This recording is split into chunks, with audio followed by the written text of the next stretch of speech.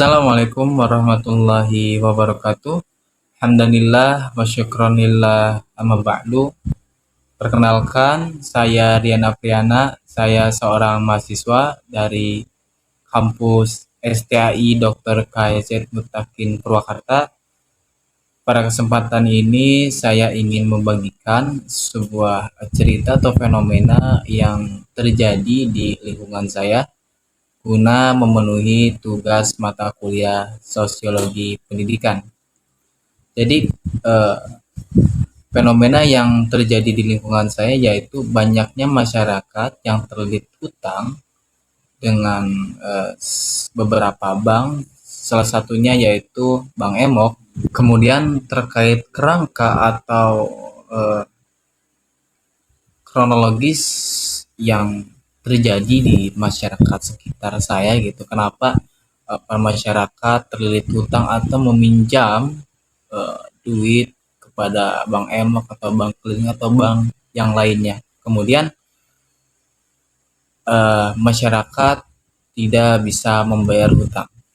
Saya di sini akan menjelaskan kenapa orang-orang atau masyarakat di sekitar meminjam kemudian tidak bisa membayar. Kebanyakan di masyarakat lingkungan saya meminjam hutang itu untuk membayar hutang yang lain atau bahasa sederhananya tutup lubang gali lubang. Kemudian kenapa masyarakat terlilit hutang? Kenapa terus hutang tersebut digunakan untuk apa? Atau meminjam itu untuk apa? Kebanyakan masyarakat di lingkungan saya meminjam hutang untuk yang tadi saya sebutkan dan juga meminjam duit atau berhutang itu untuk memenuhi gaya hidupnya seperti membeli motor baru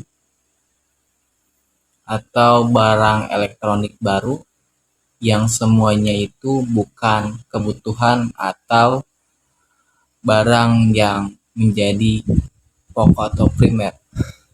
Begitupun menurut buku Psychology of Money yang dikarang oleh Morgan Housel, apabila kita ingin mengetahui kenapa orang-orang terlilit hutang dengan sekian banyaknya nominal hutang yang diambil atau duit yang dipinjam, karena apa?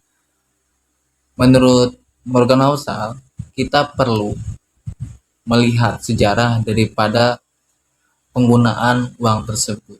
Apakah uang tersebut digunakan dengan baik atau digunakan untuk berfoya-foya? Begitu menurut Morgan Housel dari buku Psychology of Money.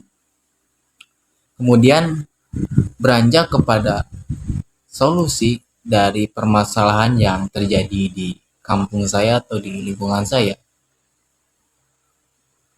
Saya mengambil contoh atau perkataan dari Morgan Housel yang ditulis di dalam bukunya yaitu Psychology of Money. Dikatakan bahwasannya ketika seseorang ingin sejahtera dalam hidupnya atau ingin kaya, tidak perlu banyak-banyak mempelajari buku ekonomi atau suku bunga dan lainnya, karena yang melandasi orang sejahtera ataupun kaya yaitu dari behaviornya atau dari tingkah lakunya, bukan dari segi ilmu ekonominya. Emang perlu ilmu ekonomi, tapi yang paling perlu dalam membuat kita sejahtera atau menjadi kaya yaitu behaviornya atau tingkah laku, bagaimana kita mengelola uang, bagaimana kita memanage uang supaya uang tersebut digunakan dengan baik atau tidak dihambur-hamburkan. Mungkin sekian dari saya, kurang lebihnya mohon maaf. Assalamualaikum warahmatullahi wabarakatuh.